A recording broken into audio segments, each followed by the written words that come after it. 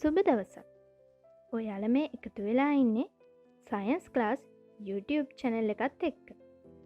සාමාන්‍ය පෙළ විභාගයට හරියටම තව දවස් කීයද? මාස දෙකක්වත් නෑ නේද? තවමත් හරියට ලෑස්ති වෙලා නැද්ද? notes ගොඩ ගැහිලාද?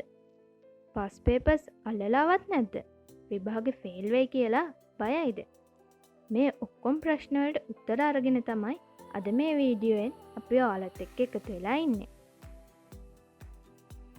විභාගේ පාස් වෙන මැජික් එක මොකක්ද? ඒකට රහස් ක්‍රමයක් තියෙනවද? එක උත්තරයයි තියෙන්නේ.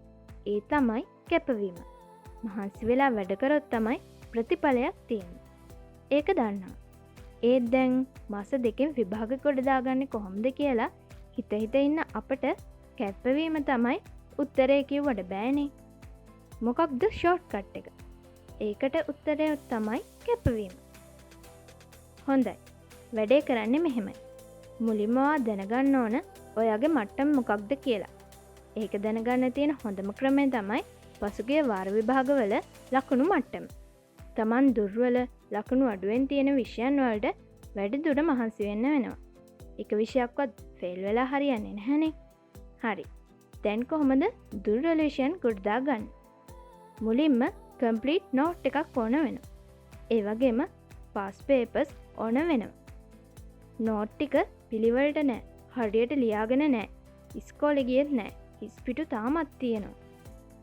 දැන් ඔයාලට නෝට් කම්ප්ලීට් කර ඉන්න කාලයක් නැහැ. ඔයාලට පුළුවන් ඔයාලගේ පෙළපොත පරිහරණය කරන්න. දැන් අපි බලමු past papers කරන්නේ කොහොමද කියලා. ඔයාලා මුලින්ම past paper එකක් අරන් හොඳට අධ්‍යයනය කරලා බලන්න. ප්‍රශ්න ඇවිල්ලා තියෙන රටාව මොකක්ද කියලා. හැම අවුරුද්දෙම අනිවාර්යෙන් අහලා තියෙන පාඩම් මොනවද කියලා. ඒ කියන්නේ මේ සැරෙත් ඒවා එනවාමයි. ඔයාලට පුළුවන් හැමදාම අහලා තියෙන ප්‍රශ්න ඇතුළත් පාඩම් හොඳින් අධ්‍යයනය කරලා ගිහිල්ලා ලකුණු ලබා ගන්න.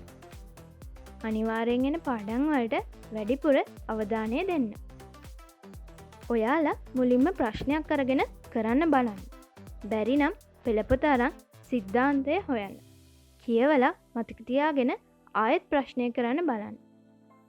ඊට පස්සේ ඔයාලට පුළුවන් ආන්සර් ස්ක්‍රිප්ට් එකක් එක්ක බලන්න. කොච්චර දුරට ඔයාලා ලිව උත්තරය හරිද කියලා. එතකොට ඔයාලටම තේරෙයි ඔයාලා ඉන්නේ මොන මට්ටමේද කියලා. අමාරුයි, දුර්වලයි, ඒ වගේම බැහැයි කියලා හිතන හැම විෂයකටම මේ ක්‍රමය අත්හදා බලන්න. අවම වශයෙන් ඔයාලා විභාගයට යන්න කලින් අවුරුදු 5කවත් past papers කරලා යන්න. ඔයාලට past papers කරන එකේ හොඳ දැනුමක් එනවා.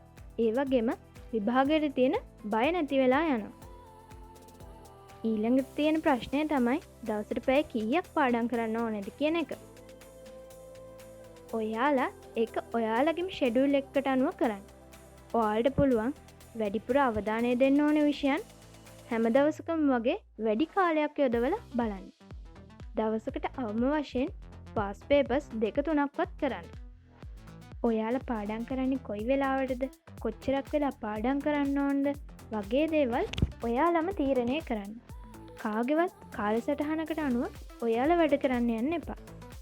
ඔයාලට අමාරු විෂයන් වලට වැඩි කාලයක් යොදවලා පුළුවන් තරම් මේ කාලේ ඔයාලා past papers කරලා පුරුදු වෙලා විභාගයට යන්න.